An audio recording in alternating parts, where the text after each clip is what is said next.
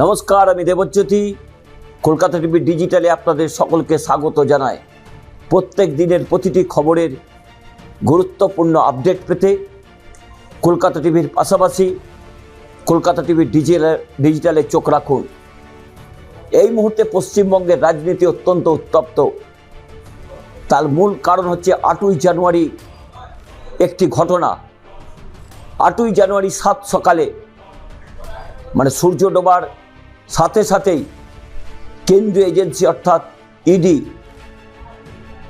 বেশ কয়েকটি তদন্তকারী দল নিয়ে ভারতবর্ষের বিভিন্ন জায়গায় তদন্ত করছিলেন কয়লা পাচার কাণ্ডের। কিন্তু কোথায় কোথায় তারা তদন্ত করেছেন তা নিয়ে কিন্তু বিস্তারিত কোনো তথ্য নেই।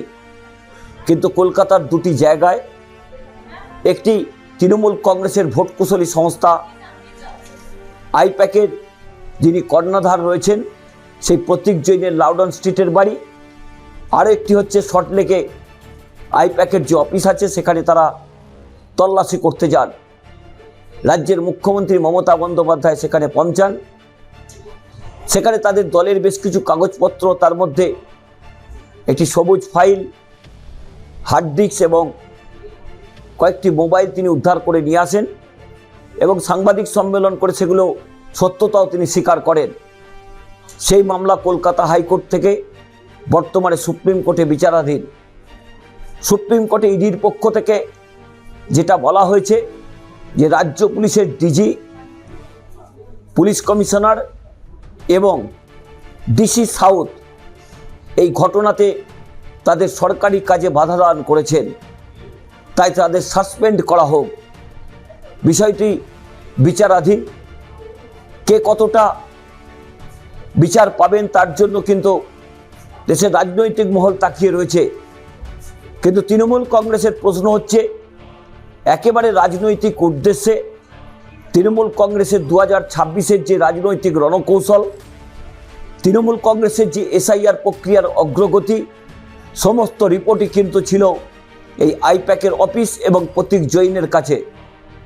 সেগুলো নাকি এই কেন্দ্রীয় এজেন্সি চুরি করতে এসেছিল, তাতেই নাকি বাধা দিয়েছেন তৃণমূল কংগ্রেসের নেতা এবং রাজ্যের মুখ্যমন্ত্রী মমতা বন্দ্যোপাধ্যায়।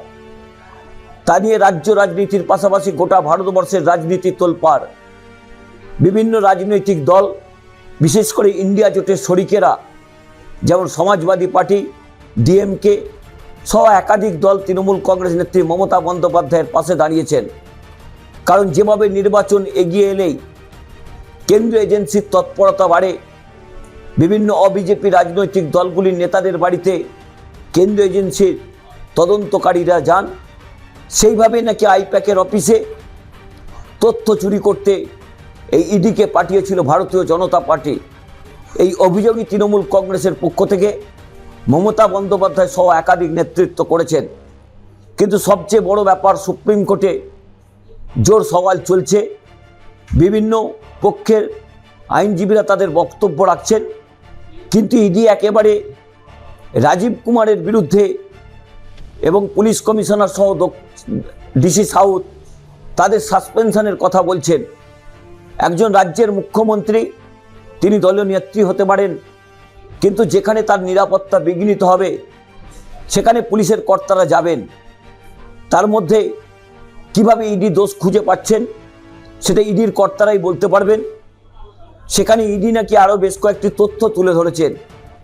এর আগে রাজীব কুমারের বাড়িতেও নাকি যখন কেন্দ্রীয় এজেন্সির তৎপরতা শুরু হয়েছিল তখন মমতা বন্দ্যোপাধ্যায় বাধা দিয়েছিলেন। এর আগে নাকি যখন নারদা কাণ্ডের সুব্রত মুখোপাধ্যায়, ফিরহাদ হাকিম, শোভন চট্টোপাধ্যায়কে গ্রেপ্তার করা হয়েছিল তখনও নাকি মমতা বন্দ্যোপাধ্যায় বাধা দিয়েছিলেন। এই কথাগুলি ইডির আইনজীবীরা আদালতে বলেছেন। কিন্তু আদালত কি রায় দেবেন সেটা একমাত্র আদালতের বিচারপতিরা বলতে পারবেন। তবে ইডির পক্ষ থেকে যে দাবি করা হয়েছে সেই দাবি কতটা সঙ্গত তার বিচার কিন্তু ভার আদালতের ওপরেই। এখন দেখার ইডির দাবি কতটা মান্যতা পায় সুপ্রিম কোর্টে।